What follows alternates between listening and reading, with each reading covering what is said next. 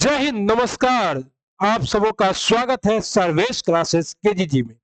जितने भी हमारे भावी शिक्षक हैं जो कि आगामी बीपीएससी शिक्षक भर्ती 2023 में शामिल होने वाले हैं, उनके लिए यह क्लास एक क्लास नहीं है बल्कि वरदान है।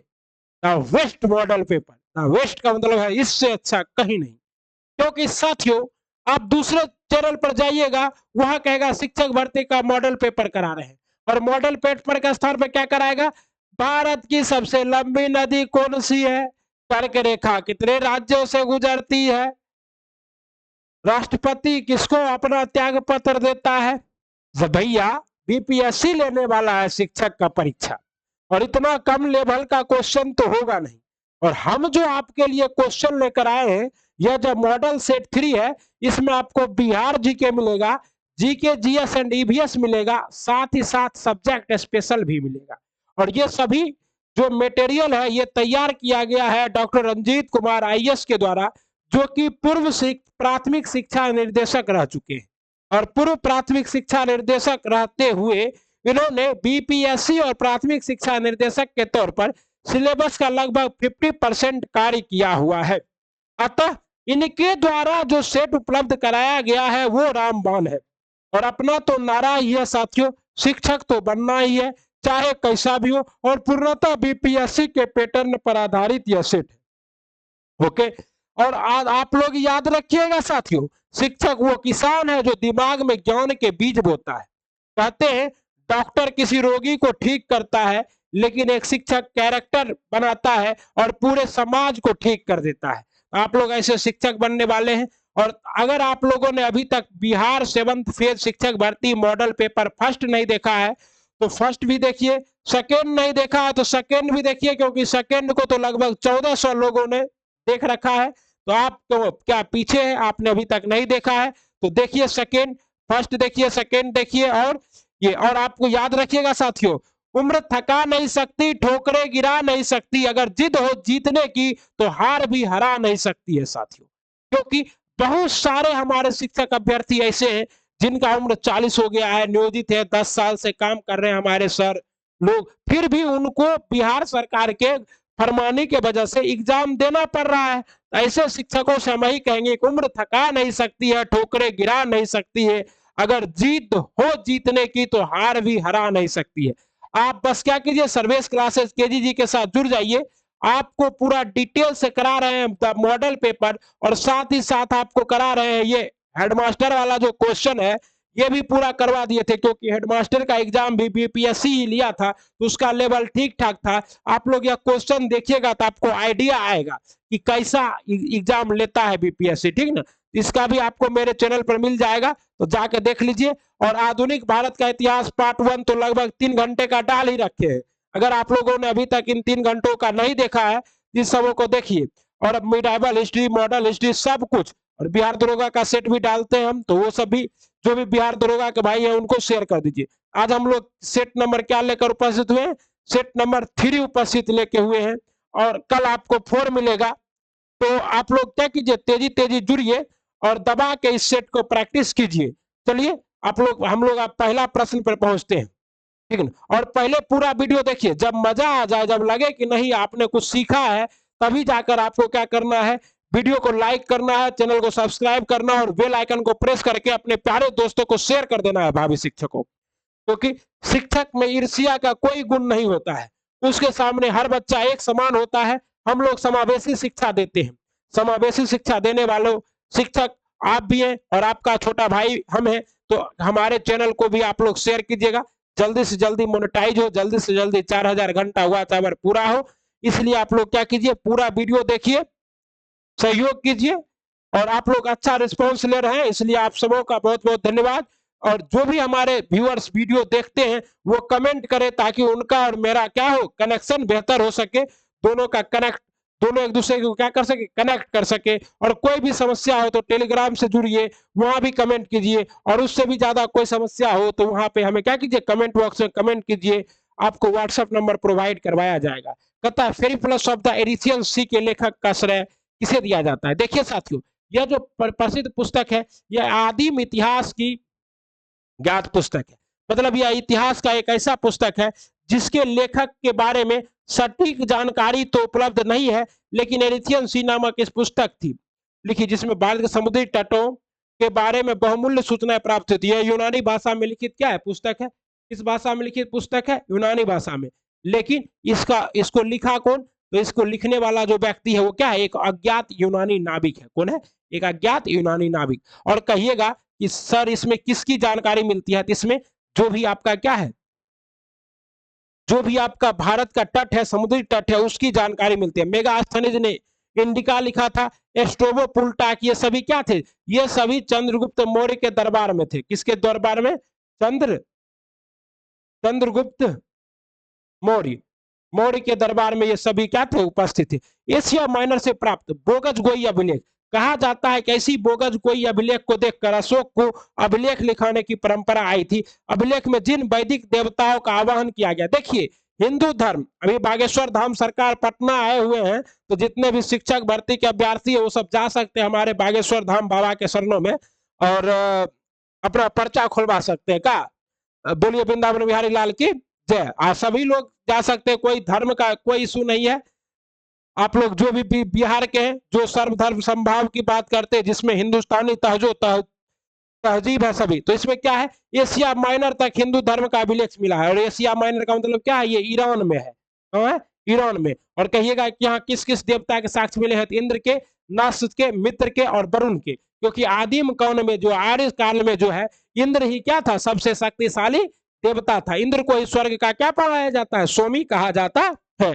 कहता स्वामित्व निम्नलिखित में से किस मंत्रालय की योजना है, तो स्वामित्व जो है ये आपका किस मंत्रालय की, पंचायती राज मंत्रालय की योजना है। किसकी योजना है, पंचायती। और स्वामित्व का फुल फॉर्म क्या है, तो survey of village and mapping with improvised technology in village area है। स्वामित्व योजना पंचायती राज मंत्रालय द्वारा शुरू की गई है। यह केंद्रीय क्षेत्र की योजना है। इसकी शुरुआत 24 अप्रैल 2020 को, और आपको पता है कि 24 अप्रैल को ही क्या मनाया जाता है साथियों, आपका 2020 को 24 अप्रैल को पंचायती राज दिवस मनाया जाता है, पंचायती राज दिवस।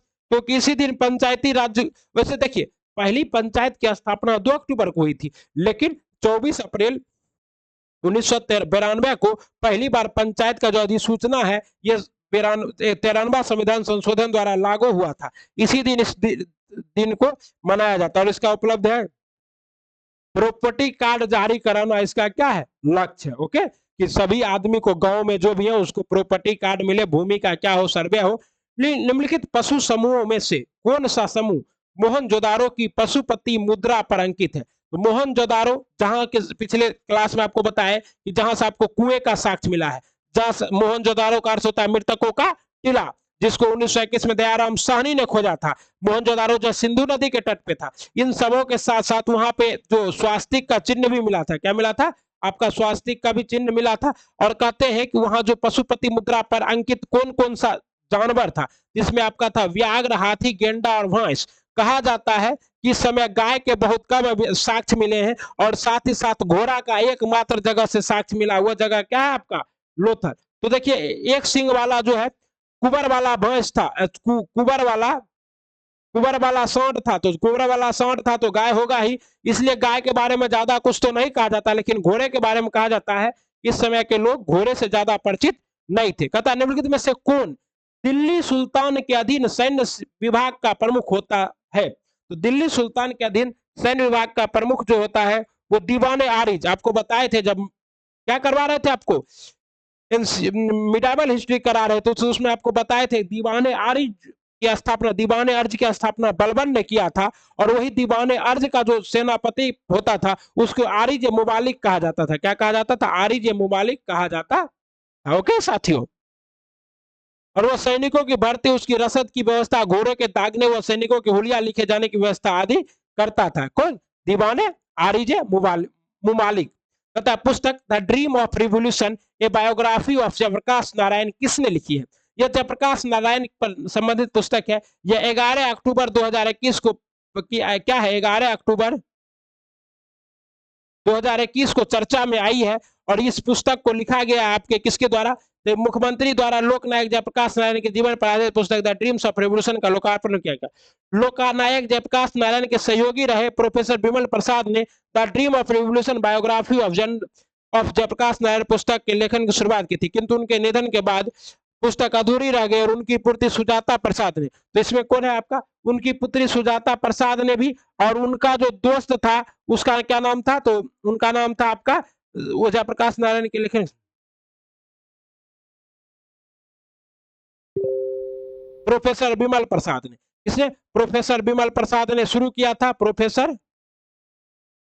विमल प्रसाद ने स्टार्ट किया था और सुजाता प्रसाद ने क्या किया, पूरा किया। इसलिए इसका सही जवाब क्या होगा आपका, ई होगा। लेकिन आप लोग घबराइए मत, क्योंकि आज आपका हो गया 14 और कल 15, 16 तारीख को बीपीएससी हर हाल में अपना कंप्लीट सिलेबस दे देगा। तब आप लोग कहिएगा कि सर्विस क्लासेस केजीजी पे जो भी करवाया गया सब सही करवाया गया, वही सिलेबस है। चोल प्रशासन में पार्टी क्लब से तात्पर्य है, तो पार्टी क्लब से क्या तात्पर्य है चोल प्रशासन में साथियों, तो चोल प्रशासन में पार्टी क्लब से तात्पर्य है ग्राम सुरक्षा के लिए दिया जाने वाला कर। क्या है ग्राम, एक सेकेंड एक काम करे, इस वीडियो को हम लोग क्या करते हैं लाइव भी कर देते हैं, ताकि जो भी बाद में इसका रिकॉर्डेड डाल के लाइव को क्या करेंगे डिलीट कर देंगे। आइए लाइव स्ट्रीमिंग मार देते हैं, जो भी आप लोग देखिएगा तो लाइव स्ट्रीमिंग में क्या कीजिएगा आप लोग सब,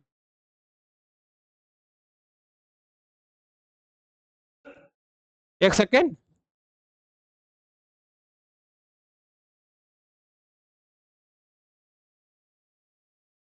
लाइव स्ट्रीमिंग तो मार देते, लेकिन क्या है यहाँ पे आपका पूरा सेटिंग करना पड़ेगा, इसलिए छोड़ते हैं। चलिए आगे चलते हैं, रिकॉर्डिंग में ही चलते हैं, ओके, और अपलोड किया जाएगा। चोल प्रशासन में पार्टी क्लब से तात्पर्य होता है, तो पार्टी क्लब ग्राम सुरक्षा के लिए दिया जाने वाला कर, ओके, ये क्या है पार्टी क्लब है। बंगाल के पाल शासकों के काल में जिस कृषक समुदाय ने विद्रोह किया था उसका नाम क्या था, उसका नाम क्या था साथियों, तो ये कृषक समुदाय का नाम था आपका सी, क्या नाम था, कर्तव्य नाम था, क्या था, करवत्य नाम था, क्या था नाम, करवत्य नाम था, ओके। पाल वंश के शासक विग्रह पाल के बाद उसके 3 पुत्र महिपाल, सूरपाल द्वितीय तथा रामपाल के बीच संघर्ष हुआ। महिपाल ने अपने दोनों भाइयों के कारागार में डाल दिया, उसके समय में अशांति एवं अर्थव्यवस्था बनी रही और शासी को तो महर्षि जाति के किसान लोगों ने अपने नेता दिव्य दिवलोक के नेतृत्व में विरोध किया था। और ये क्या था कविता, कहता है सुडोकू पहेली के गॉड फादर के नाम से किसे जाना जाता है, आप लोग पेपर में सुडोकू खेले होंगे, तो सुडो माकी काजी को किसे जाना जाता है, माकी काजी को जाना जाता है। और इन्होंने 10 अगस्त 2021 को इनका क्या हो गया, निधन हो गया, कब, 10 अगस्त 2021 को। इसलिए ये क्या है चर्चा में बने हुए हैं, कौन, आपके सुडोकू पहेली के गॉडफादर माकी काजी, ओके। और 1980 के दशक में इन्होंने अपनी पत्रिका निकोली निकाली, जिसमें पहली बार इन्होंने सुडोकू का प्रयोग किया था। और ये किस देश से संबंधित है, तो जापान से संबंधित है, जापान से, ओके। हुसैन बोल्ट को आप लोग कौन नहीं जानता है, 100 मीटर के धावक हमारे हुसैन बोल्ट जी। पुलकेन से द्वितीय के होल अभिलेख में हर्षवर्धन ने किस सेना का उल्लेख है, तो पुलकेन से द्वितीय के शिलालेख में हर्षवर्धन के किस सेना का उल्लेख है, तो हर्षवर्धन के गज सेना का उल्लेख है। कहा गया है कि हर्षवर्धन जो है ये क्या था, उत्तर भारत का अंतिम हिंदू सम्राट था, क्योंकि दक्षिण भारत में तो विजयनगर साम्राज्य में बडियार वंश का शासन जब तक रहा तब तक वहां पर हिंदू शासक रहा 1565 ईस्वी तक। लेकिन उत्तर भारत में हर्षवर्धन के बाद कोई भी हिंदू सम्राट नहीं बन पाया। वो बात अलग है कि 14वां हिंदू सम्राट बना था विक्रमादित्य हेमू, लेकिन उसको भी तुरंत अकबर क्या किया, मार दिया। और इस वजह से क्या है आप लोग याद रखिएगा। और हर्षवर्धन ही जो था ये कवि भी था, नागा रत्नावली नामक पुस्तक भी लिखी। और हर्षवर्धन के दरबार में कौन रहता था, आपको बाण भट्ट रहता था, जिसने हर्षचरित की रचना की थी। और ये सभी जो है आपको हम अपने वीडियो एंशिएंट हिस्ट्री में पूरा डिटेल से करवाए हुए हैं, तो आप लोग नहीं देखे हैं तो उसको जरूर देखिएगा, ठीक है ना। अगला है पत्नी पूजा को किस तमिल ग्रंथ में प्रतिष्ठा प्राप्त हुई है, तो पत्नी पूजा को जो है चेर के तमिल ग्रंथ में प्रतिष्ठा प्राप्त हुई है, चेर वंश के। और ये जो है चेर वंश के राजा कौन थे, तो राजा गुट्टन के समीप पत्नी पूजा अर्थात एक आदर्श तथा पवित्र पत्नी की देवी के रूप में मूर्ति बनाकर पूजा जाना आरंभ, इसे कनिग पूजा भी कहा जाता है। और ये जो है हमें किससे, शिलापकदिकारम से मिलता है, किससे, शिलापक। और चेर जो है तो संगुटम शेट्टी को क्या कहा जाता था, लार्ज चेर। तो यहाँ से चेर वंश से क्वेश्चन तो आता ही है कि ये किस वंश का राजा था, चेर वंश का। और चेर वंश से एक क्वेश्चन आता है कि सनगुलम शेट्टी को क्या कहा जाता है, लाल चेर। लाल चेर किसे कहा जाता है, पूनम चेट्टी को। ओके, ये याद रखिएगा यहाँ। और तोल्कापियम जो है ये क्या था, तो तोल्कापियम एक तमिल व्याकरण है। क्या है? तमिल व्याकरण है। इसकी रचना कब हुई थी? तो पांड्य वंश के समय में हुई थी। किस वंश के समय में? पांड्य वंश के समय में। ओके, जजमानी प्रथा का उल्लेख करने वाले उपन्यास गण देवता की रचना की गई थी। जजमानी प्रथा का उपन्यास करने वाला तारा शंकर बंदोपाध्याय द्वारा। किसके द्वारा? तारा शंकर बंदोपाध्याय द्वारा। याग्लव स्मृति के प्रसिद्ध टीकाकार अपारक एक है। याग्लव संपत्ति के जो है ये कौन थे? तो शिलाहार राजा थे। कौन थे? शिलाहार राजा थे। गोपुरम कहाँ के मंदिरों की विशेषता है? तो गोपुरम कहाँ के मंदिरों की विशेषता है? तमिलनाडु। और गोपुरम का मतलब क्या होता है? तो किसी भी मंदिर को बनाने से पहले मंदिर के आगे जो है एक दरवाजा बनाया जाता है, ठीक ना, जिसको क्या कहते हैं? गोपुरम। और इस दरवाजे पर भगवान शिव के बड़े पुत्र कार्तिक जी की क्या लगाई जाती है? कार्तिक जी की प्रतिमा लगाई जाती है, जिसको आपको गोपुरम कहते हैं। और ये तमिलनाडु में है, विंध्येश्वर मंदिर में आप लोग इसको देख सकते हो। ओके, आप लोग गोपुरम समझ गए होंगे। ब्रिटिश सेना में सेवारत भारतीय सैनिकों का पहला सैनिक विद्रोह निम्नलिखित स्थानों में से कहां हुआ था? तो ब्रिटिश सेना वाला भी पूरा डिटेल से सेना का विद्रोह करवा दिए। और ये पहला विद्रोह हुआ था बेलोर में। और ये कब हुआ था? 1764 में हुआ था, ठीक है ना। और तब हुआ था जब बक्सर में हेक्टर मुंडो की सेना की एक बटालियन मीर कासिम से आ मिली थी। इस सैनिक का मुकदमा चला और 24 सिपाहियों को तोप से क्या किया गया था? उड़ा दिया गया था। बलोर विद्रोह के 24 और 1806 में बलोर के सिपाहियों ने विद्रोह किया। चूंकि यह विद्रोह धार्मिक कारणों से हुआ था, यह माथे पर तिलक लगाने पर, पगड़ी बांधने पर रोक लगाई गई थी, जिसके खिलाफ में क्या किया था? बेलोर के सैनिक ने विद्रोह कर दिया था, ठीक है ना। तो 1764 में जो विद्रोह हुआ था वो यहाँ दिया नहीं है। तो बेलोर का विद्रोह कब हुआ होगा? तो बेलोर का विद्रोह 1806 में हुआ था, ठीक है ना। पता है सृजन पोर्टल किस मंत्रालय द्वारा शुरू किया गया है? तो सृजन पोर्टल रक्षा मंत्रालय द्वारा सृजन नामक पोर्टल शुरू किया गया है। किस मंत्रालय द्वारा? रक्षा मंत्रालय द्वारा, ठीक है ना। भारत में सर्वप्रथम पूरा पाषाण कालीन उपकरण रॉबर्ट ब्रूस फुट को कब मिला था? तो सर्वप्रथम पूरा पाषाण कालीन जो उपकरण है रॉबर्ट ब्रूस फुट को 1878 ईस्वी में मिला था, ठीक है। और रॉबर्ट ब्रूस फुट को जो है भारतीय पुरातत्व का पिता भी कहा जाता है। ये क्या थे? एक बहुत ही बड़े भूवेत्ता थे, ठीक है ना। और इन्होंने, और इसी के साथ एक लॉर्ड कनिंगम का भी आप लोग नाम जानते होंगे। तथा भारतीय संविधान के अनुरूप संबंध को प्रदर्शित करता है। तो भारतीय संविधान का अनुच्छेद संबंध अनुच्छेद को नियम पुस्तिका क्या करता है? नियम पुस्तिका वर्णित करता है। और नियम पुस्तिका को आचार संहिता की पुस्तिका भी कहते हैं। कहता है बाबा रामचंद्र ने किसानों का सिद्धांत संगठित किया था। तो बाबा रामचंद्र ने जो किसानों को संगठित किया था ये अवध में किया था, ठीक है। और 13 वर्ष की आयु में घर बार छोड़कर निकल पड़े। घुमक्कर प्रवृत्ति, इसलिए फिजी चले गए। फिजी में 1909 में लौटे तो फैजाबाद उत्तर प्रदेश चले आए। 1920 तक वे साधु का जीवन जीते रहे और तुलसीदास का रामचरितमानस लेकर घूमते रहे। गौ वाले की मानस की चौपाई सुनाते। 1950 के मध्य में किसानों के रूप में बढ़ते उन्होंने अवध के किसानों को संगठित करना क्या किया? शुरू कर दिया। ओके, माउंटबेटन योजना कब प्रस्तुत की गई? जिस योजना का आधार पे क्या हुआ आपका? तो भारत का विभाजन हुआ। यह माउंटबेटन योजना जो है 3 जून 1947 को आई थी। और इसी योजना में क्या था कि पाकिस्तान के मांग को मान लिया गया था माउंटबेटन योजना के तहत। और इसी योजना के तहत क्या हुआ? भारत का विभाजन हुआ। लेकिन आपको कहेगा कि विधेयक कब पारित हुआ था? 13 जुलाई 1947 को विधेयक पारित हुआ था। और बोला गया था कि 15 अगस्त तक हम लोग क्या करेंगे? भारत को आजाद घोषित कर देंगे। माउंटबेटन कौन था? तो माउंटबेटन भारत का आखिरी गवर्नर जनरल था, ठीक ना। और प्रथम भारतीय गवर्नर और एकमात्र भारतीय गवर्नर जनरल कौन थे? चक्रवर्ती राजगोपालाचारी। और कहा जाता है कि पंडित जवाहरलाल नेहरू को पहली बार किसने शपथ ग्रहण करवाया था? तो लॉर्ड माउंटबेटन ने ही करवाया था। ओके, अगला सवाल आपके स्क्रीन पर है साथियों। तथा भारतीय राष्ट्रीय कांग्रेस के किस अधिवेशन में पूर्ण स्वराज के संकल्प की घोषणा की गई? ये क्वेश्चन आपको पूरे डिटेल में कराया गया है कि जो पूर्ण स्वराज की संकल्पना है ये आपका लाहौर अधिवेशन 1929 में हुआ था। और इसकी अध्यक्षता रावी नदी के तट पे लाहौर में कौन किए थे? जवाहरलाल नेहरू ने किया था। जवाहरलाल नेहरू ने किया था। और उसी में 26 जनवरी को पहली बार पूर्ण स्वराज का क्या किया गया?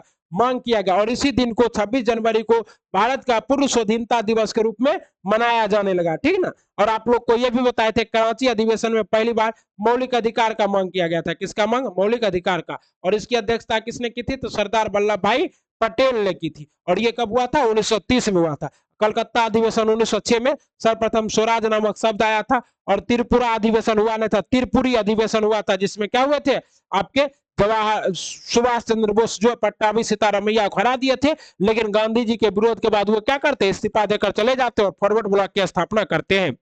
अगस्त 1946 में घोषित प्रथम अंतरिम राष्ट्रीय सरकार में निम्नलिखित में से कौन शामिल नहीं था? यह क्वेश्चन क्या है, आप लोग इजी बना दिए होंगे। डॉक्टर एस राधाकृष्णन शामिल नहीं थे, क्योंकि डॉक्टर एस राधाकृष्णन इस समय कहां थे? बिल्कुल आप लोग सही सोच रहे हैं, ये रूस में क्या थे, भारत के राजदूत बनकर गए हुए थे, ठीक ना। कहता है भारतीय उपमहाद्वीप में धान की खेती का प्राचीनतम पुरातात्विक साक्ष्य कहां से प्राप्त होता है? देखिए, धान की खेती का साक्ष्य जो उत्तर प्रदेश के कोल्डी हिबा से प्राप्त होता है। कहां से? धान की खेती का साक्ष्य उत्तर प्रदेश के कोल्डी हिबा से प्राप्त होता है। ओके, और 7000 से 6000 ईस्वी पूर्व जो है ऐसा होता प्रतीत होता है। और कश्मीर के बुर्ज होम से जो है आपको क्या मिलता है, तो युगल कब्र का प्रमाण मिलता है। बिहार के चिरंद से जो है ये पाषाण काल के जो है कुछ अस्थि अवशेष मिले हैं। और गुजरात के लोथल से गोदी बारे और पारस की मुद्रा और आपका क्या है घोड़े का साक्ष्य मिला है। ओके, और सर्वप्रथम कृषि का साक्ष्य मेहरगढ़ बलूचिस्तान से मिलता है। कहां से? मेहरगढ़ बलूचिस्तान से मिलता है। और वहां पर कृषि के रूप में जौ और गेहूं की खेती होती थी साथियों। तथा सितंबर 1770 की संधि के द्वारा मीर कासिम ने निम्नलिखित में से कौन से 3 जिले ईस्ट इंडिया कंपनी को सौंप दिए? तो मीर कासिम ने जो है 1770 में ये जो 3 जिले सौंपे थे, ये 3 जिले आपका कौन था? तो बर्धमान, मिदनापुर और चटगांव। ये सभी वर्तमान में कहा है? तो बर्धमान और मिदनापुर अभी भी पश्चिम बंगाल में, और चटगांव कहाँ चला गया है? बांग्लादेश में चला गया है। और मीर कासिम सोचता था कि किसी तरह हम क्या करें, मतलब मुक्ति पाए। 1770 जो लिखा हुआ है ये गलत है, क्योंकि 1764 में तो बक्सर का युद्ध हो गया था। यहाँ पर इसमें गलत है, 1760 होना चाहिए। ओके, तथा बिहार में राष्ट्रीय लीची अनुसंधान केंद्र कहाँ स्थित है? तो बिहार के लीची को आपको पता ही है कि क्या मिल चुका है, जीआई टैग मिल चुका है, ठीक ना। और जीआई टैग के तहत क्या है कि आप बिहार के लीची के लिए अनुसंधान केंद्र मुसहरी मुजफ्फरपुर में खोला जा रहा है। कहाँ? मुसहरी मुजफ्फरपुर में। तो मोतीपुर नहीं होगा, मोतीपुर भी कहाँ है? मुजफ्फरपुर में ही है, लेकिन मोतीपुर में नहीं, मुसहरी में। कहाँ? मुसहरी में, मुसहरी में लीची अनुसंधान। और शाही लीची को क्या मिला है? जीआई टैग मिला है। बिहार के शाही लीची को, जर्दालू आम को, बरकारी संप्रदाय के और मखाना को बरकारी। 26 नंबर क्वेश्चन है साथियों, बरकारी संप्रदाय के प्रमुख देवता है। तो बरकारी समुदाय के प्रमुख देवता है आपके, देखिए ऑप्शन नंबर क्या होगा साथियों? डी होगा, विठल। बरकारी समुदाय के प्रमुख देवता है विठल स्वामी, ठीक है ना। कोलकाता की स्थापना से पूर्व बंगाल में अंग्रेजों की विशालतम बस्ती थी। कोलकाता के तो बंगाल में जो अंग्रेजों की विशालतम बस्ती थी हुगली में। कहां थी? हुगली में। और हुगली के पास ही फलूटा द्वीप था, जिस पर ये क्या होते थे? लूट मार कर भाग जाते थे। कहता है किसने 1920 में बंबई में हुए अखिल भारतीय ट्रेड यूनियन कांग्रेस के प्रथम अधिवेशन की अध्यक्षता की थी? ये किसने किया था? ये किया था आपका लाला लाजपत राय ने।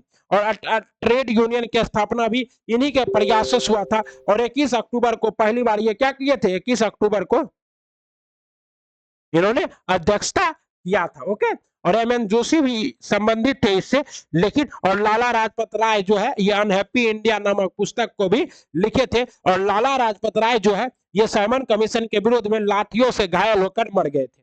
और इन्होंने कहा था कि मेरे सर पे लाठी का एक एक बार अंग्रेज की ताबूत में आखिरी कील साबित होगी। और आपका एक एक लाइक जो है सर्वेश के उस उत्साह में, उत्साह वर्धन में, तालियों में क्या करेगा? गड़गड़ाहट में, उत्साहवर्धन में काम आएगा। और आपका एक लाइक आपको शिक्षक बनाने के दहलीज पर पहुंचाएगा, क्योंकि इससे मुझे मिलेगा मोटिवेशन। और जब मुझे मिलेगा मोटिवेशन साथियों, मैं आपके लिए रोज वीडियो बनाऊंगा, रोज वीडियो बनाऊंगा, रोज वीडियो बनाऊंगा। तो लाइक कर दीजिए, दबा के लाइक कर दीजिए, शेयर कर दीजिए, दबा के शेयर कर दीजिए। ओके साथियों, आइए शिक्षक भर्ती साथियों, शिक्षक भर्ती के सभी साथियों आपका नमन है। आगे चलते हैं, आगे चलते हैं। निम्नलिखित में से किस संसदीय समिति में राज्यसभा का कोई भी सदस्य नहीं होता है? ये कौन सा समिति है? यह महिला सशक्तिकरण समिति में कोई भी क्या होता है आपका? राज्यसभा का सदस्य नहीं होता है। और इसमें कुल लोकसभा के 15 सदस्य होते हैं। ओके,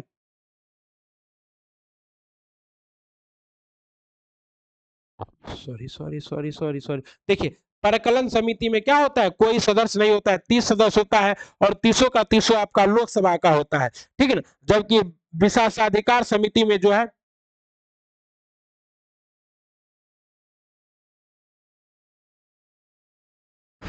और परिकलन समिति, इस समिति में राज्यसभा का कोई प्रतिनिधित्व नहीं होता है और इसमें सदस्यों का एकल संक्रमण मत के आधार पर अनुपातिक प्रतिनिधित्व प्रणाली के अनुसार लोकसभा से प्रति बार अपने सदस्यों में से चुना जाता है। मानव के लिए एक धर्म, एक जाति तथा एक परमेश्वर का आह्वान किया गया था। मानव के लिए एक धर्म, एक जाति, एक परमेश्वर का क्या क्या था, आह्वान किया गया था श्री नारायण गुरु के द्वारा। किसके द्वारा?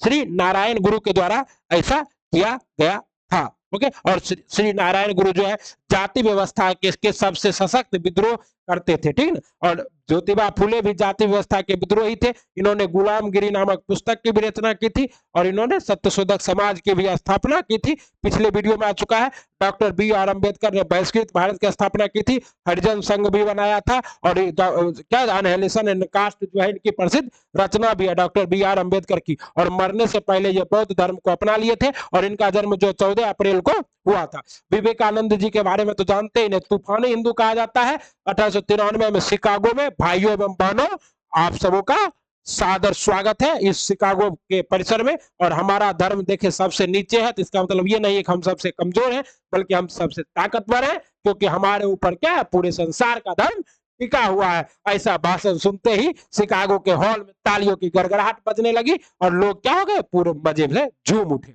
विवेकानंद जी के बारे में आप जानते हैं। और 12 जनवरी को इनका जन्म हुआ था, इसीलिए 12 जनवरी को राष्ट्रीय युवा दिवस के रूप में मनाया जाता है। वो बात अलग है कि शिक्षक भर्ती के इंतजार करते हुए बहुत सारे युवा जो कि युवा के श्रेणी से बाहर निकल गए हैं, फिर भी बेरोजगार है और युवा के श्रेणी में ही आ रहे हैं, क्योंकि सरकार का ऐसा ही नीति है। ऋतु प्रवास संबंधित है, तो ऋतु प्रवास किससे संबंधित है? तो क्या है, लोगों को अपने पशु सहित घाटी से पहाड़ों में या पहाड़ों से घाटी में ऋतु के अनुसार चले जाना। और ऋतु प्रवास कौन करता है? बकरावाल समिति के जनजाति के लोग करते हैं। और ये लोग क्या करते हैं, जब क्या होता है, गद्दी चरवाही लोग भी करते हैं और ये लोग बकरियों को लेकर क्या करते हैं, गर्मी के मौसम में ऊपर पहाड़ पर चले जाते हैं, ठीक है।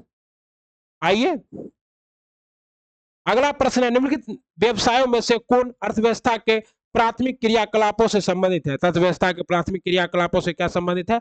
पशुचारण। क्या संबंधित है? पशुचारण संबंधित है। बैंक में कार्य करना तृतीय है, परिवहन तृतीय है, निर्माण क्या है, द्वितीय में आता है। ओके, भारत में मैग्नीज का बृहत्तम उत्पादक है। भारत में मैग्नीज का बृहत्तम उत्पादक है आपका अभी वर्तमान में कौन है? ओडिशा है। कौन है? ओडिशा है। लेकिन अगर कहेगा भंडार कहाँ है मैग्नीज का अधिकतम, तो भंडार अभी अधिकतम मिला है छत्तीसगढ़ में।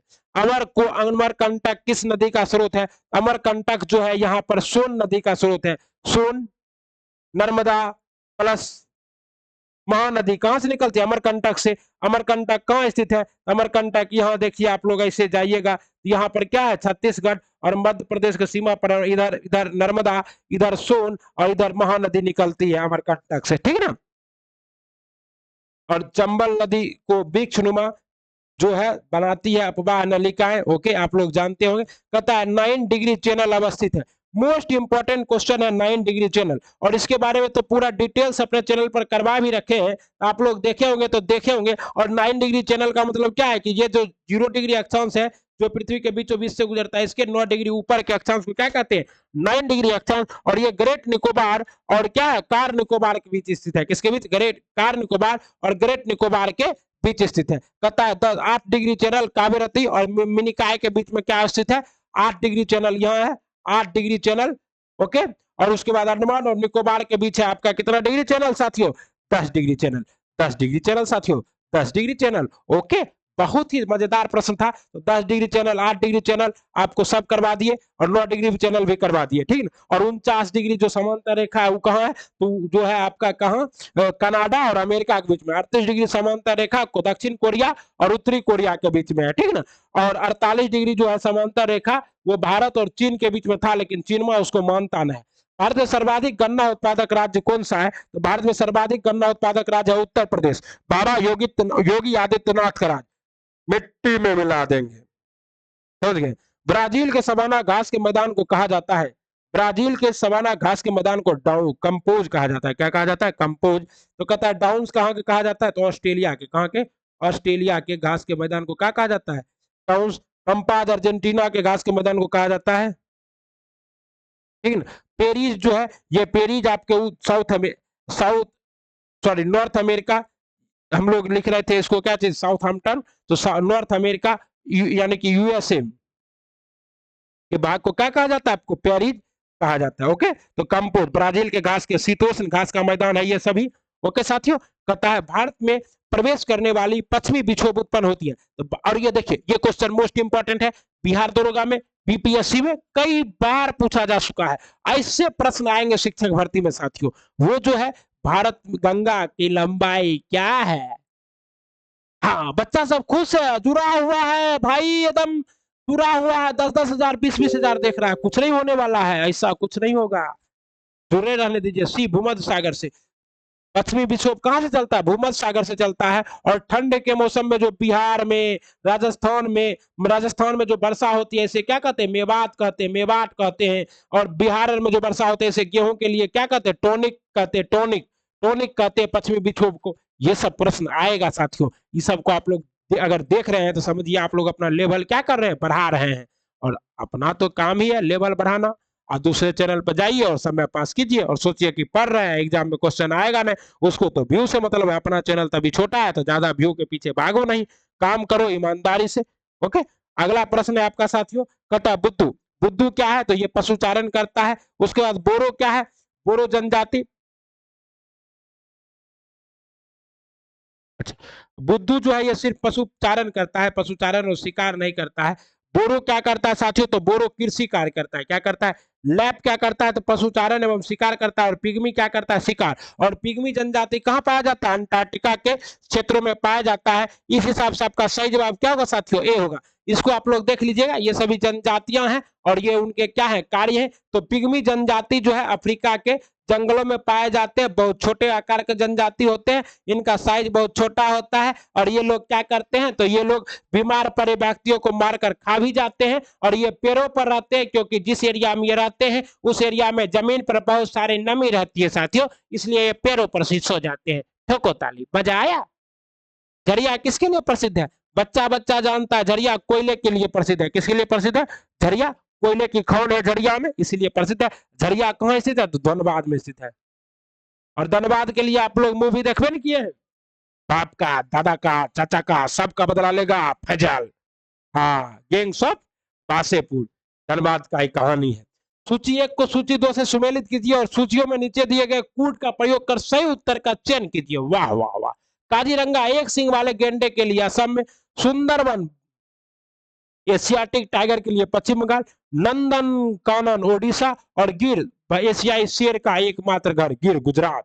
इस तरह से आपका सही जवाब क्या है साथियों? एक क्या है? बी है, बिल्कुल सही, बिल्कुल सही। आप लोग एकदम सही सोच रहे हैं, आप लोग एकदम तेज है। हमारे सभी साथी जितने भी हमारे चैनल से जुड़े हैं उनका तो शिक्षक बनना तय है। और अगर मान लीजिए कहेगा कि पेडालॉजी पूछेंगे, सीडीपी पूछेंगे, तो हिमांशी मैम का नोट पड़ा हुआ है, सचिन सर का नोट पड़ा हुआ है, एकदम पूरा डिटेल से छाप देंगे, उसको भी आप लोग टेंशन नहीं लीजिए, बस चैनल को सब्सक्राइब कर दीजिए।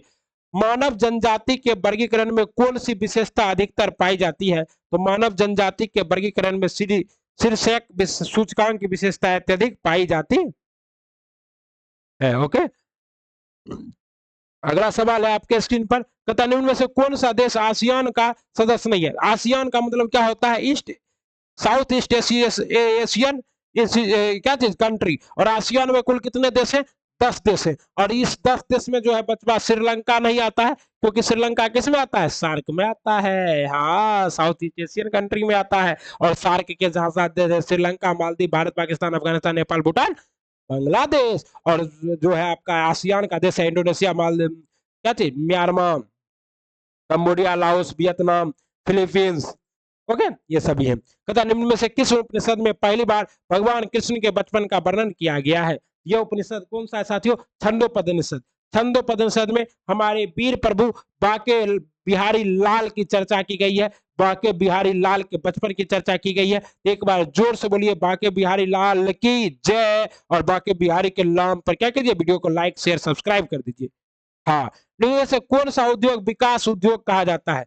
तो विकास उद्योग किस उद्योग को कहते हैं साथियों? तो रसायन उद्योग को क्या कहते हैं? विकास उद्योग कहते हैं। ओके, कहता है भारत के कोरोमंडल तट पर सर्वाधिक वर्षा होती है। कोरोमंडल तट आर कॉल्ड व्हिच तट? तो तमिलनाडु तट को क्या कहते हैं? तमिलनाडु ऐसे है, तमिलनाडु तट को क्या कहा जाता है? कोरोमंडल तट। क्या कहा जाता है? कोरोमंडल तट। और केरल के तट को क्या कहा जाता है? मालाबार तट। क्या कहा जाता है? मालाबार तट कहा जाता है। तो कोरोमंडल तट पे किससे वर्षा होगी? लौटती हुई मानसून से। लौटती हुई मानसून से वर्षा होगी साथियों। और कब वर्षा होगी? एकदम सही पकड़े हैं आप, सब तेज हो गए जनवरी और फरवरी में। बहुत ही शानदार जवाब। और हाँ, ऐसे सही जवाब देने वाले, अच्छा, सर्वाधिक वर्षा जनवरी, दिसंबर और जनवरी होना चाहिए, दिसंबर और जनवरी। तो इस तरह से अगर अक्टूबर और नवंबर भी है तो ये भी चलेगा। मतलब सीधा समझ लीजिए कि ठंड के मौसम में होता है। किस मौसम में? ठंड के मौसम में होता है। ओके, तथा उष्णकटिबंधीय वनों की अपेक्षा शीतोष्णकटिबंधीय वनों का व्यवसायिक दोहन अधिक विकसित विकसित है। क्यों? क्योंकि उष्णकटिबंधीय वनों की अपेक्षा जो शीतोष्णकटिबंधीय है ना, इस वन की लकड़ियां मुलायम होती है और कुल्हाड़ी तोड़ लकड़ियां नहीं होती है। जैसे कि आप लोग पता है कि अफ्रीका में क्रोक नाम का पेड़ पाया जाता है, मारते कुल्हाड़ी से कुल्हाड़ी टूट जाता है, पेड़ नहीं कटता है, ठीक ना, इसलिए उसको कुल्हाड़ी तोड़ वृक्ष कहा जाता है। ये सब क्या है? कठोर लकड़ियों के वृक्ष के कारण ऐसा होता है। ओके, पता है रूमन देवी, सांची, सारनाथ और सहस राम स्थानों के बीच क्या समानता है? आपको पता है रूमन देवी में क्या है? अशोक का शिलालेख है। और इसी पर अशोक ने बताया है कि उसने लुम्बिनी को क्या किया है? कर मुक्त कर दिया है। लुम्बिनी किसकी भूमि थी? तो गौतम बुद्ध की पवित्र जन्मस्थली थी, ठीक ना। सांची में गौतम बुद्ध का अवशेष मिला है, सांची का स्तूप मिला है, सारनाथ। ये सभी क्या है? बिल्कुल सही, आप लोग एकदम सही सब पकड़े हैं। यहाँ पर अशोक का स्तंभ शिलालेख स्थित है। यहाँ पर क्या स्थित? अशोक का स्तंभ शिलालेख स्थित है। कहता है गुप्त साम्राज्य में परम भट्टारक निम्नलिखित में से कौन था? ये क्वेश्चन भी आपको करवाए हुए हैं। गुप्त काल में जो है परम भट्टारक गुप्त राजाओं का धारित उपाधि था। क्या था? उपाधि। और कहता है परम भट्टारक की उपाधि सर्वप्रथम किसने धारण की थी? तो परम भट्टारक की जो है ये किसने धारण किया था सर्वप्रथम? तो एक तो समुद्रगुप्त ने भी परम भट्टारक की उपाधि धारण की थी। और साथ ही साथ क्या था आपका?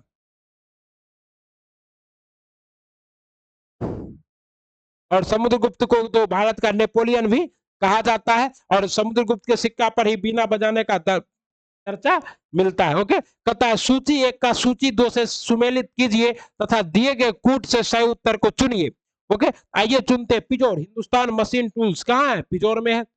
उसके बाद कोयली, कोयली में क्या है साथियों? पेट्रो रसायन कारखाना कहाँ है? कोयली में। कलपक्कम में क्या है? परमाणु शक्तिगिरी कलपक्कम। और हरिद्वार में क्या है? तो हैप्पी इलेक्ट्रिकल क्या है? हरिद्वार में। हरिद्वार वही माँ गंगा की भूमि हरिद्वार, जहां गंगा पहली बार कहाँ उतरती है? समतल जमीन पर आती है, पहाड़ों से उतरकर। वो जगह क्या है आपका? हरिद्वार है। ओके, तो हरिद्वार जाइए, जाएंगे अपना लोग माता गंगा का दर्शन करने। पहले खूब अच्छे से पढ़िए, खूब अच्छे से सेट लगाइए। निम्नलिखित में से किसने नीति निर्देशक तत्वों का ऐसा चेक बताया जिसका भुगतान बैंक की सुविधा पर निर्भर करता है? ये केटी शाह का कथन है। किसका कथन है? केटी शाह महोदय जी का कथन है। ओके, बता बिना संसद सदस्य द्वारा निम्नलिखित में से किसको संसद के दोनों सदनों की कार्रवाई में भाग लेने का अधिकार है? देखिए, अगर एक सदन में रहता तब तो आप उपराष्ट्रपति मार देते, क्योंकि उपराष्ट्रपति भी किसी भी संसद का सदस्य नहीं होता है, लेकिन अध्यक्षता ही करता है किसका? राज्यसभा का। लेकिन यहाँ होगा भारत का मानना है। और ये आर्टिकल किस में है? आर्टिकल 78 में है। ये दोनों सदन में जा सकता है, बोल सकता है। और ये सरकार का क्या होता है? कानूनी सलाहकार होता है। ओके, अगला प्रश्न है, भारतीय संविधान के अंतर्गत न्यायिक पुनरीक्षण की शक्ति सीमित है। न्यायिक प्रणाली के निरीक्षण की शक्ति जो है ये आपको आर्टिकल 139 के तहत यूएसए के संविधान से लाकर भारत के कोर्ट को दिया गया है। और ये सिर्फ विधि द्वारा स्थापित प्रक्रिया पर ही सम्मिलित है, ठीक है। तथा निम्न में से किसका संबंध केंद्र राज्य संबंध से? केंद्र राज्य संबंध से किसका संबंध है साथियों? तो राज्य मन्नार समिति का संबंध किससे है? केंद्र राज्य संबंध से। और कहता है प्रशासनिक सुधार आयोग की नियुक्ति कब की गई थी?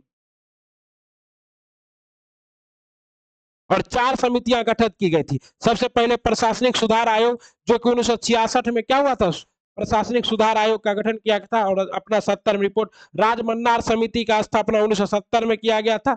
70 में किया गया था। ओके, और उसके बाद आपका भगवान सहाय समिति 1971 में, भगवान सहाय समिति का 1971 में किया गया था। और साथ ही साथ आपका क्या है? सहकारिया आयोग का गठन 1983 में। आप लोग याद रखिएगा यहाँ पे सहकारिया आयोग भी, सर कारिया आयोग, इससे भी क्वेश्चन आता है। तो सरकारी आयोग का संबंध किससे था? केंद्र राज्य संबंध था। इसकी स्थापना कब की गई थी? 1983 में की गई थी। और इसने अपना रिपोर्ट कब दिया था? तो 1988 में दिया था। ओके। पंचायत समिति के प्रधान का चुनाव कौन कराते हैं? आहा, पंचायत समिति के प्रधान का चुनाव कौन कराएगा साथियों? तो पंचायत समिति के सदस्य करेंगे। कौन करेंगे? पंचायत समिति के सदस्य करेंगे। ओके। कहता है किसी विधेयक पर मतदान होने पर संसद के दोनों सदनों की संयुक्त बैठक बुलाए जाने पर उसकी अध्यक्षता कौन करेगा? लोकसभा का अध्यक्ष। और बुलाएगा कौन? आर्टिकल 108 के तहत कौन बुलाएगा? राष्ट्रपति। अध्यक्षता कौन करेगा? लोकसभा का अध्यक्ष। अध्यक्ष नहीं रहेगा तो उपाध्यक्ष, उपाध्यक्ष नहीं रहेगा तो राज्यसभा का उपाध्यक्ष करेगा, लेकिन राष्ट्रपति कभी भी अध्यक्षता नहीं करता है साथियों, याद रखिएगा।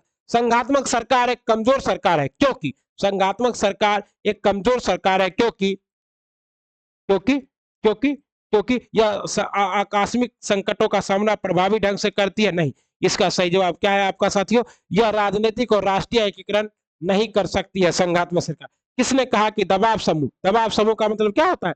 जो जैसे ट्रेड यूनियन है आपका, जैसे कोई आरजेजेपी है, कोई भी जैसे किस विकास इंसान पार्टी है, जैसे कोई भी ऐसा दल जो जाति आधारित हो, समुदाय आधारित हो, मजदूर आधारित हो, जिसका राजनीति से कोई लेना देना न हो, तो राजनीतिक दल क्या करते हैं? उसको अपने फेवर में लेने के लिए उसके हिसाब से कार्यक्रम बनाते हैं। इसी को क्या कहते हैं? दबाव समूह कहते हैं। और दबाव समूह जो है पहला कौन है आपका? Okay, final.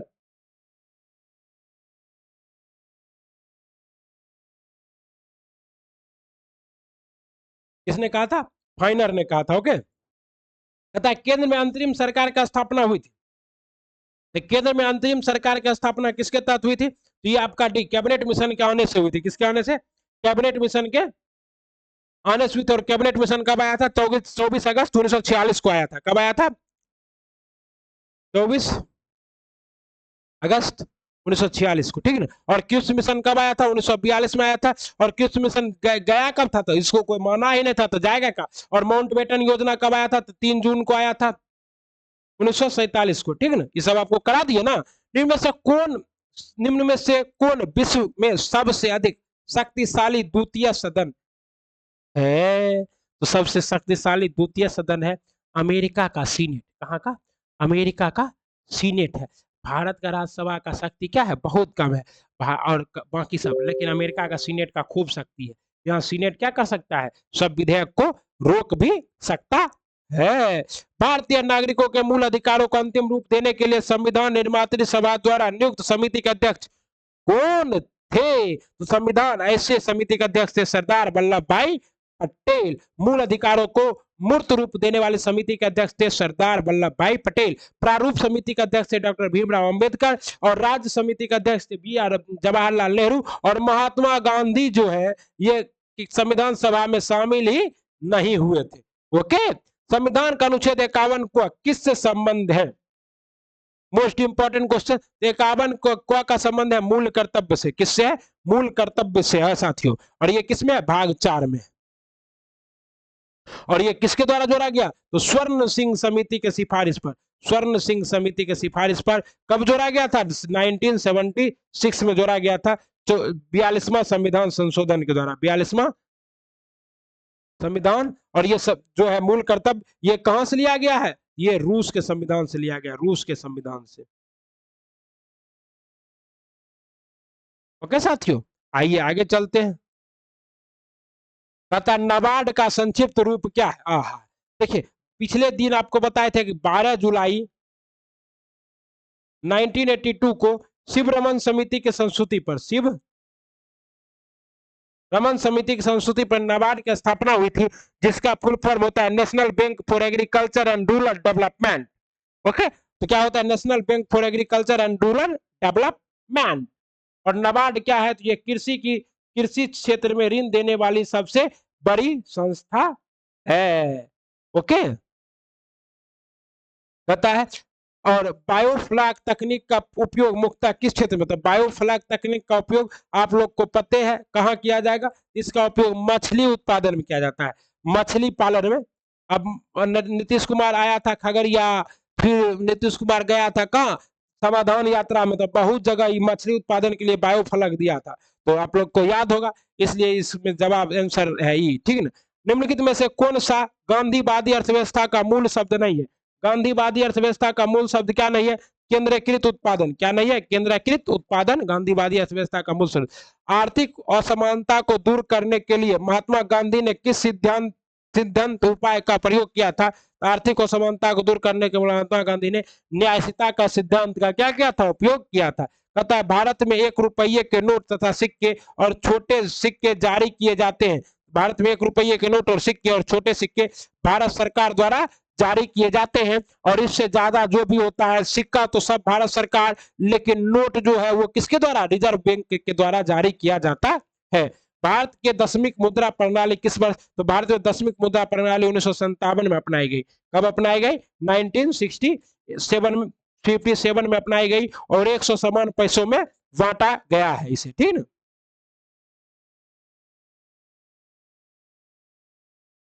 क्वेश्चन नंबर 69, ब्याज दर निर्धारित की जाती है, तो ब्याज दर किस पर निर्धारित की जाती है? तो तरलता अधिगम द्वारा, तरलता अधिगम द्वारा ब्याज दर निर्धारित की जाती है, और रिजर्व बैंक की निर्धारित करता है। कहता है अल्प ब्याज नीति को और क्या कहते हैं? अल्प ब्याज नीति को सस्ती मुद्रा नीति कहते हैं। क्या कहते हैं? सस्ती मुद्रा नीति। और अल्प ब्याज नीति कब दिया जाता है? जब अर्थव्यवस्था में महंगाई बहुत बढ़ जाती है, तो अल्प ब्याज नीति के तहत ब्याज देकर महंगाई को कम किया जाता है, क्योंकि अगर लोगों के पास पैसा रहेगा तो खरीदारी ज्यादा करेगा, और खरीदारी ज्यादा करेगा तो महंगाई पता नहीं चलेगा। मान लीजिए अगर हमारा सिलेंडर अभी 1100 रुपया है, 1200 रुपया सिलेंडर है, लेकिन अगर आपके जेब में 1200 रुपया है तो आपके लिए महंगा नहीं है, और जिसके जेब में 1200 रुपया नहीं है उसके लिए महंगा है। तो सरकार ऐसा प्रयास करेगी कि आपके जेब में 1200 रुपया आ जाए और आप सिलेंडर खरीद ले, और आप सिलेंडर महंगा है इसका विरोध ही ना करें।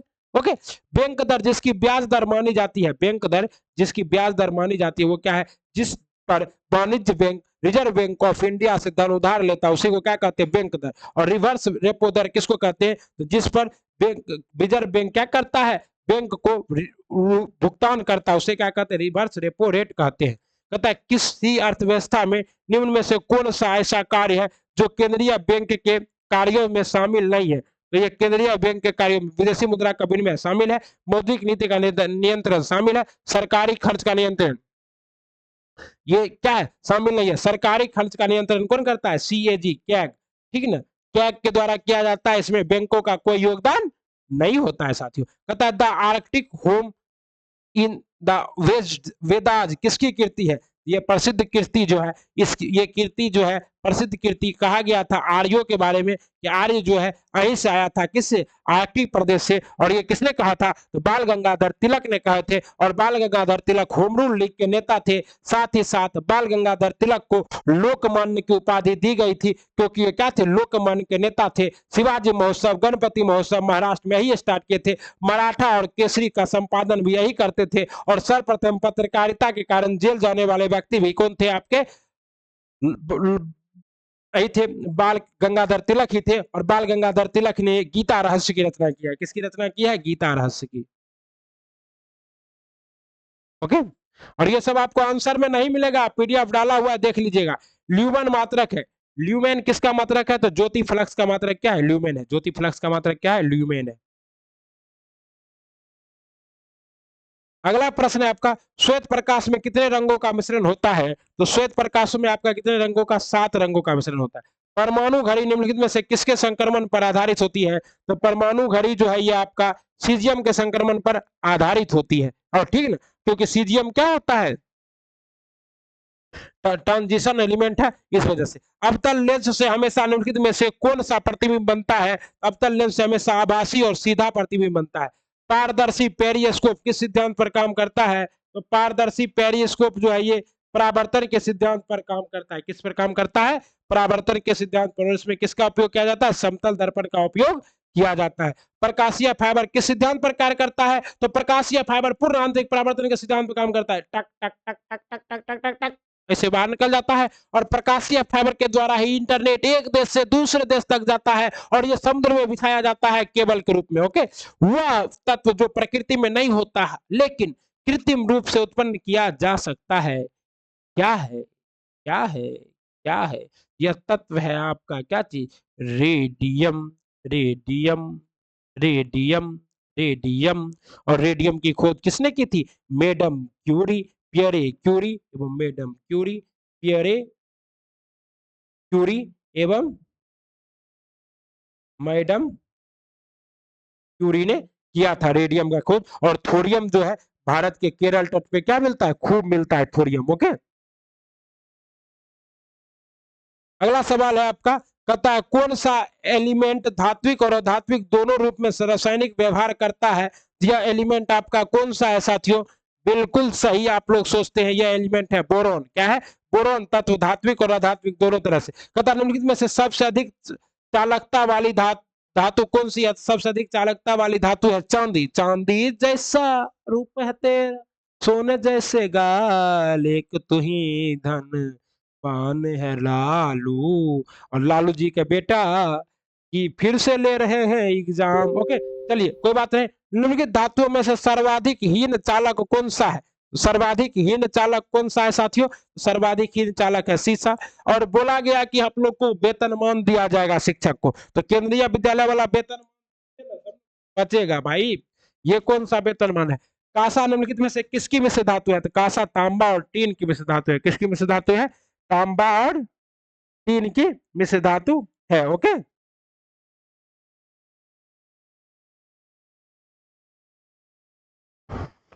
चलिए आगे देखते हैं। क्वार्टर्ज एक क्या है? क्वार्टर्ज एक क्या है? तो क्वार्टर सिलिकॉन डाइऑक्साइड का क्या है? मिश्रण है क्वार्टर्ज। स्टेनलेस स्टील में निम्नलिखित में से कौन सा तत्व नहीं होता है? तो स्टेनलेस स्टील में कौन सा तत्व नहीं होता है साथियों?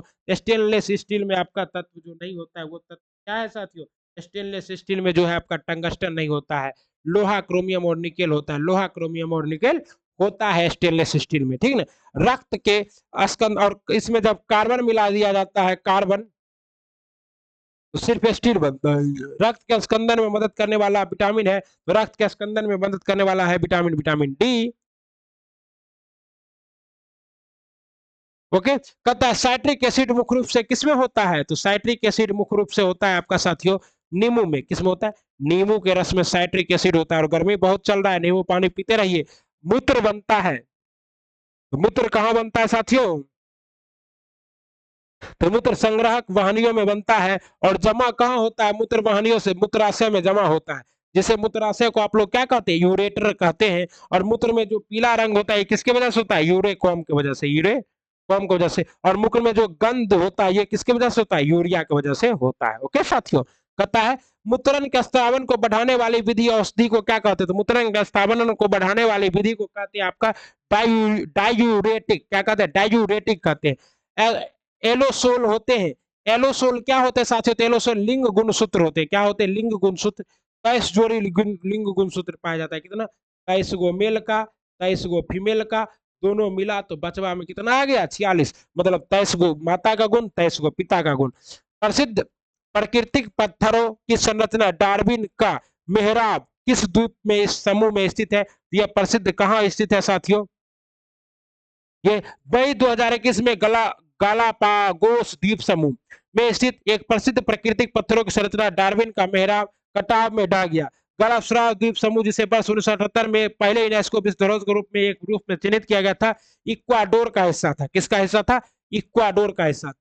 इक्वाडोर का। इक्वाडोर कहाँ स्थित है? तो यहाँ देखिए इसे आपका क्या है? एक देश है इसे, ये क्या है आपका? यहाँ पर इक्वाडोर है। कहाँ? साउथ अमेरिका में, साउथ अमेरिका में। ओके, तिरुकुल्लर एक तमिल साहित्य है जो है, तिरुकुल्लर एक तमिल साहित्य है जो क्या है? तो तिरुकुल्लर एक तमिल साहित्य जो नैतिक संहिता प्राचीन काल है। और ये सब साहित्य जो है ये 1300 ईस्वी में क्या हुआ था? 1330 में पांड वंश के द्वारा जो है संगम काल में क्या हुआ था? संगम काल में सबकी स्थापना हुई थी, ठीक है ना। पता है सिग्मा रूपी बृहदातंत्र किसका भाग है? सिग्मा रूपी बृहदातंत्र जो है ये बड़ी आंत का भाग है। किसका भाग है? सिग्मा रूपी बृहदात, ये बड़ी आंत का भाग है जिसका मलाशय एवं गुदा से संबंध होता है। सबसे बड़ा श्वेत रधिराणु कौन सा है? सबसे बड़ा श्वेत रधिराणु कौन सा है साथियों? मोनोसाइट है। कौन है आपका? मोनोसाइट है। और यही मोनोसाइट क्या करता है आपका? तो बाहर से आने वाले कीटाणुओं से हमारे शरीर का रक्षा करता है। इसे क्या कहते हैं? भारत शरीर का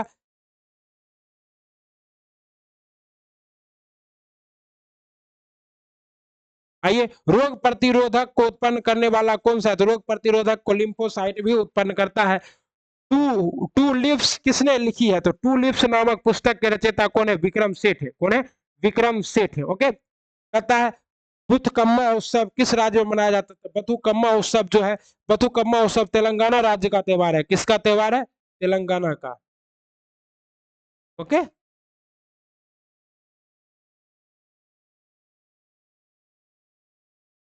नगुल गुट्टम किस देश की मुद्रा है? नगुल गुट्टम भूटान की मुद्रा है। कहाँ की? भूटान की मुद्रा है। भूटान की। भूटान की मुद्रा क्या है? नगुल गुट्टम। ओके साथियों, नेताजी सुभाष राष्ट्रीय खेल संस्थान किसका कहाँ है? तो नेताजी सुभाष राष्ट्रीय खेल संस्थान कहाँ है? पटियाला में। कहाँ स्थित है? पटियाला में। और पटियाला कहाँ है साथियों? तो पंजाब में। और पटियाला पैगल लगा के यहाँ का दो चीज फेमस है, एगो पटियाला पैग और एगो पटियाला चूड़ीदार घाघरा, महिलाओं का क्या? बराबर की गुफाओं का उपयोग किसने आश्रय गृह के रूप में किया था? तो बराबर के गुफाओं का उपयोग आजीवक संप्रदाय ने किया था। और आजीवक संप्रदाय के कौन थे? तो मैथिली पुत्र गौशाल जो है, ये आजीवक संप्रदाय के क्या थे? प्रवर्तक थे। प्रवर्तक थे। प्रवर्तक थे। अशोक की राजधानी कहाँ थी? आहा, अशोक की राजधानी कौन नहीं जानता? अशोक की राजधानी पाटलिपुत्रा थी। पाटलिपुत्रा थी। इनमें से किस शासक ने सुलह कुल की नीति अपनाई थी? तो सुलह एक कुल की नीति किसके द्वारा अपनाया गया था साथियों? तो अकबर के लिए सार्वभौमिक शांति व भाईचारा बनाए रखने के लिए सुलह कुल की नीति अपनाई थी। किसने? और अकबर। तो यहाँ अकबर है नहीं, इसलिए क्या होगा जवाबी? बिहार में शांति व्यवस्था स्थापित करने के बाद राजा मान सिंह ने ओडिशा पर कब आक्रमण किया था? तो राजा मान सिंह ने ओडिशा पर आक्रमण किया था 1590 में। राजा मान सिंह किस क्या था? तो अकबर का जो है साला था, और इसको अकबर अपना सेनापति का प्रमुख बनाया हुआ था। और इसको 1585 ईस्वी में बिहार का सूबेदार बनाकर भेजा गया था। कर्नाट वंश का अंतिम शासक कौन था? तो कर्नाट वंश का अंतिम शासक था साथियों आपका कौन? हरि सिंह। कौन था? हरि सिंह था। और कर्नाट वंश की राजधानी जो है मिथिला क्षेत्र में थी। ठीक, और इस वंश के संस्थापक कौन थे? नान्य देव थे। और 1324 ईस्वी में जो है गयासुद्दीन तुगलक ने हरिवंश की हत्या कर दी। कौन? 1324 में। कौन? गयास उद्दीन तुगलक।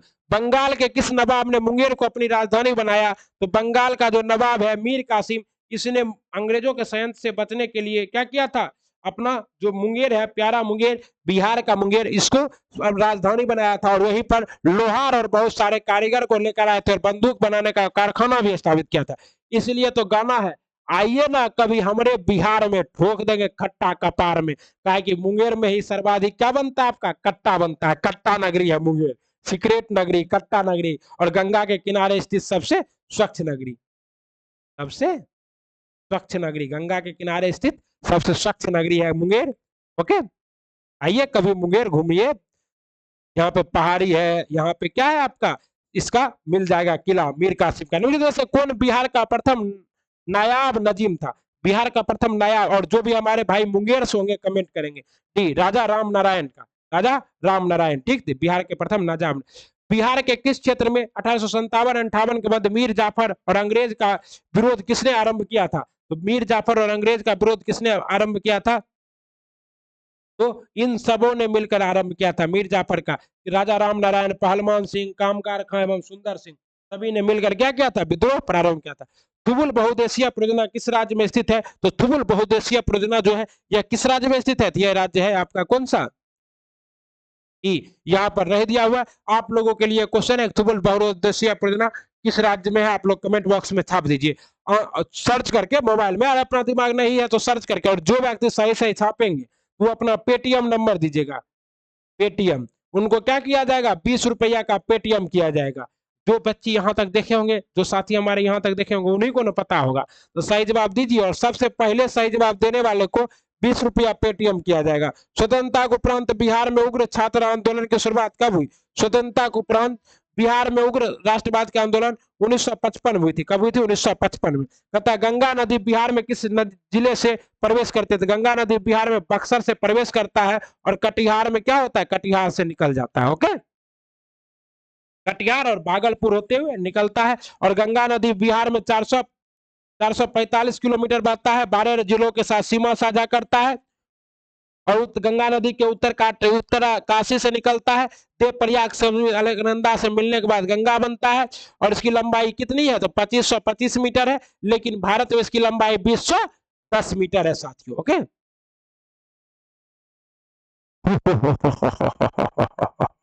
और चौसा के निकट प्रवेश करती है, वही चौसा जहां उत्तरी गंगा के मैदान में लिखित में से कौन सी पहाड़ी स्थित है? उत्तरी गंगा के मैदान में सोमेश्वर की पहाड़ी स्थित है, और सोमेश्वर की पहाड़ी की सबसे ऊंची चोटी क्या है? सोमेश्वर की चोटी है, जिसकी ऊंचाई कितनी है? 872 मीटर है, कल पढ़ाए थे। और शिवालिक श्रेणी का भाग है, पश्चिम चंपारण के पास है। कहता बिहार के उत्तर से दक्षिण की तक कितनी लंबाई है? तो बिहार स्पेशल जो आपको करवाए हैं पूरा डिटेल में, वो हमारे चैनल पर लिंक आपको डिस्क्रिप्शन में दे रहे हैं या आई बटन में दे रहे हैं। बस आप क्या कीजिए, कमेंट मोर पर जाइएगा, मतलब डिस्क्रिप्शन में, तो वहां आपको इसका क्या मिल जाएगा, नीचे एकदम थंबनेल लगा हुआ बिहार के उत्तर से दक्षिण तक की लंबाई वाला क्लास मिल जाएगा, बिहार स्पेशल। उसको देख लीजिए, एकदम कतना ना प्रश्न वही आता है, 345 किलोमीटर, ठीक ना। और उत्तर से दक्षिण कितना है तो 483, कितना है? पूर्व से पश्चिम 483 है पूरा। देखिए ऐसे है अपना प्यारा बिहार हो भैया, हो भैया। ये क्या है? ऐसे गंगा नदी पार करती है। ये जो लंबाई है आपका, ये लंबाई है आपका कितना? 345, ठीक है, उत्तर से दक्षिण। और ये लंबाई जो है कहिएगा, ये लंबाई कितना है? ये 483 किलोमीटर, ठीक है। और बिहार का आकार कैसा है? आयताकार है। कैसा? आयताकार। कहता डिजिटल इंडिया भू अभिलेख आधुनिकीकरण कार्यक्रम की शुरुआत किया गया था। तो ये कार्यक्रम की शुरुआत कब किया गया था? तो ये 2008 में किया गया था। कब? 2008 में। तो यहाँ नहीं है ऑप्शन, तो आप क्या मारिएगा? डी मारिएगा। और ये किसके द्वारा किया गया था? तो भारत सरकार के द्वारा शुरू किया गया था, ठीक है ना। और भूमि अभिलेख आधुनिकीकरण कार्यक्रम के लिए किया गया था। निम्नलिखित में से कौन सा लाल सर पक्षी के संरक्षण से संबंध पक्षी विहार है? तो लाल सर पक्षी का संरक्षण कौन करता है? बक्सर पक्षी विहार। गोगाबिल पक्षी विहार बिहार का पहला सामुदायिक रिजर्व है। कांवर झील पक्षी विहार क्या है? पहला आर्द्र भूमि है। क्या है? आर्द्र भूमि है। कहाँ स्थित है आपका? बेगूसराय में। कहाँ? बेगूसराय में स्थित है। सरैया मान पक्षी विहार कहाँ स्थित है? ये बिहार में स्थित है।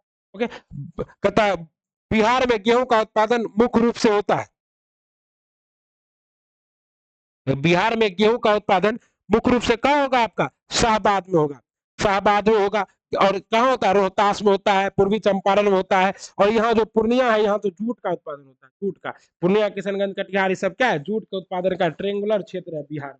इसी 3 जिले में जूट का सर्वाधिक उत्पादन होता है। और ये यही 3 जिला है जो पश्चिम बंगाल के साथ सीमा भी साझा करती है। बिहार में वाल्मीकि नगर के निकट निकाली गई नहर का नाम क्या है? तो वाल्मीकि नगर के निकट ये उत्तर गंडक परियोजना नहर है, ठीक है ना। और वाल्मीकि नगर टाइगर रिजर्व से गंडक नदी बहती है। बिहार में बरौनी का तेल शोधक कारखाना किस देश के सहयोग से बना है? यह रूस के सहयोग से बना है। किसके सहयोग से? रूस के सहयोग से। कब? 1964 में बना है, ठीक है ना। और बरौनी हाई के नाम से जाना जाता है इसको। तथा सन 2011 की जनगणना के अनुसार बिहार में अनुसूचित जनजाति की न्यूनतम जनसंख्या किस जिले में है? तो ये क्वेश्चन भी आपको करा दिए हैं शिवहर में। कहा? शिवहर जिला। और सर्वाधिक जनसंख्या घनत्व तो कहाँ है? शिवहर में। तो बिहार स्पेशल देखिएगा जरूर। और करवाएंगे उसमें जलवायु उलवायु भी करवाएंगे, पूरा इतिहास भी कराएंगे। कल आपका क्या होगा? उसका प्राचीन इतिहास होगा। जनगणना 2011 के अनुसार बिहार के जिले का घटते क्रम में जनसंख्या घनत्व का सही क्रम क्या है? तो जनसंख्या घनत्व में सबसे ज्यादा जनसंख्या घनत्व कहाँ है? आपका यहाँ पर है ना। तो दूसरे नंबर पर तो आपका पटना है। ओके, एक नंबर पर आपका क्या था? तो एक नंबर पर आपका वही था शिवहर। तो नहीं है यहाँ, तो पटना, दरभंगा, वैशाली और बेगूसराय। ये क्या है आपका? सही है। कहता है निम्न में से कौन सा स्थल राजगीर में स्थित नहीं है? राजगीर में कौन सा स्थल स्थित नहीं है? तो मलिक बाया का मकबरा। मलिक बाया का मकबरा राजगीर में स्थित नहीं है। ये कहाँ स्थित है? मलिक बाया का मकबरा नहीं स्थित है। ये कहाँ स्थित है? तो चलिए इसको भी देखते हैं। विश्व शांति स्तूप कहाँ स्थित है? तो विश्व शांति स्तूप तो आप जानते हैं राजगीर में स्थित है। कहाँ स्थित है? राजगीर में। 4 व्यक्ति एक काम को 12 दिनों में कर सकता है। अगर व्यक्तियों की संख्या 2 घटा दी जाए तो असल काम के 1/4 काम को कितने दिनों में पूरा कर पाएगा? तो इसका सही जवाब आपका क्या होगा साथियों? तो सही जवाब हम बता देते हैं, M1 M बराबर 4 है, M1 D1। देखिए फॉर्मूला क्या लगाएगा? वही M1 गुना D1 बटे W1 बराबर M2 गुना D2 बटे W2। 4 गुना 12/1 बराबर क्या है? 2 गुना D2 बटे 1/4। इसको सॉल्व करना है। जैसे सॉल्व कीजिएगा आपका सही जवाब कितना आएगा? 6 दिन। कहता है अच्छी तरह फेंटी गई गड्डी से 2 पत्ते चुने जाते हैं, इस पत्ते की कितनी संभावना है कि एक पत्ती चिड़िया का और एक या हुकुम चिड़िया या हुकुम का हो और दूसरा एक बादशाह हो। तो चिड़िया या हुकुम का होने का प्रायिकता तो 2 बटा क्या हो जाएगा 26, क्योंकि चिड़िया या हुकुम के 13 पत्ते होते हैं। टोटल कितना पत्ता होता है ताश में 52 पत्ता होता है। ताश चापे हैं ना आप लोग, अपना लोग तो ताश उस चाप देते हैं। तो इस हिसाब से आपका क्या है सही जवाब सी होगा 4/51। Okay 52C2 52C2। तथा जून जून 2001 में किन तिथियों को शुक्रवार आते हैं? जून 2001 में किन तिथियों को शुक्रवार आते हैं? तो अभी इसको क्वेश्चन को क्या करना पड़ेगा, आपको निपटाना पड़ेगा, सॉल्व करना पड़ेगा। इसका सही जवाब क्या आएगा डी, लंबा सॉल्विंग होगा। थोड़ा रुक जाते हैं। फॉर्मूला आप लोग को पता ही होगा, F बराबर K plus 13 into M minus 1/5 plus D by 4 plus C/4 minus 2 into C। ठीक ना। कहता है 31 मैचों में धोनी का औसत 31 रन है। अपने औसत में 2 रनों की वृद्धि के लिए उसे अगले मैच में कितने रन बनाने होंगे? तो 32 गुना 2 कर दीजिए, उतने रन बनाना होगा। 31 रन तो है ही, अब प्लस 2 बढ़ाना है तो 31 2 33 और 33 मैच 33 तो पहले 31 गुना और उसके बाद 33 रन एक्स्ट्रा। 31 गुना 2 या 32 गुना 2 कर दीजिए, तो 32 गुना 2 कितना हो जाएगा 64 प्लस कितना 64 प्लस कितना आपका जो 33 है वो दोनों को जोड़ दीजिएगा तो इसका औसत कितना निकलेगा साथियों? बिल्कुल सही, आपका 95 रन बनाना होगा धोनी भैया को। क्या धोनी भैया जिंदाबाद। बता एक संख्या का 20% 50 है तो उसी संख्या का 87, तो 20% कितना है 50 है तो 87% कितना होगा? तो 50/20 गुना 87.5 और सॉल्व कीजिएगा तो आप लोग का आंसर आ जाएगा। और आंसर कितना आएगा साथियों? आंसर आएगा 218.75। 1/4 1/5 और 5/6 का लघुत्तम समावर्तक क्या है? तो जैसे ही आपको ऐसे संख्या का लघुत्तम समावर्तक बोला जाए तो आप ऊपर वाला का क्या निकाल लीजिएगा लघुत्तम, नीचे वाला का महत्तम निकाल के भाग कर दीजिएगा। 1 1 1 और 5 है, जिसका लघुत्तम कितना होगा 5 होगा, और नीचे वाला का 4 5 और 6, इसका क्या होगा 4 5 और 6 का HCF होगा, तो 5/1 यानी कि कितना हो जाएगा 5 हो जाएगा। कितना हो जाएगा 5 हो जाएगा। कहता है इसको सॉल्व करना है 129 नंबर, तो आप लोग सॉल्व करिए लीजिएगा। 1.41 होगा। कहता है 223.23434 क्यों सबसे छोटे रूप में भिन्नांक में परिवर्तित करने और पता लगाए कि सबसे छोटा रूप में भिन्नांक में परिवर्तित करना है, उड़ा दीजिए। और 2323 आ रहा है 234 234 23434 फिर ये आएगा 23434, इसे कितने बार आ रहा है तो इसको आप लोग क्या कीजिएगा सॉल्व कीजिएगा। कैसे सॉल्व कीजिएगा तो उड़ा उड़ा के 23 पर पावर कितना 23 गुणांक 2 पर पावर 3 4 पर क्या लिख देंगे बार लिख देंगे, और इसको आप अपना सॉल्व करना है। तो 23 तो रहेगा, पूर्णांक में क्या होगा 234 माइनस 2/990। अब इसको सॉल्व करेंगे 11 501 बटे कितना आ जाएगा 495 आ जाएगा। और इसके बाद इसका सही जवाब क्या होगा 495 घटा देंगे तो 1106 आंसर आ जाएगा। ओके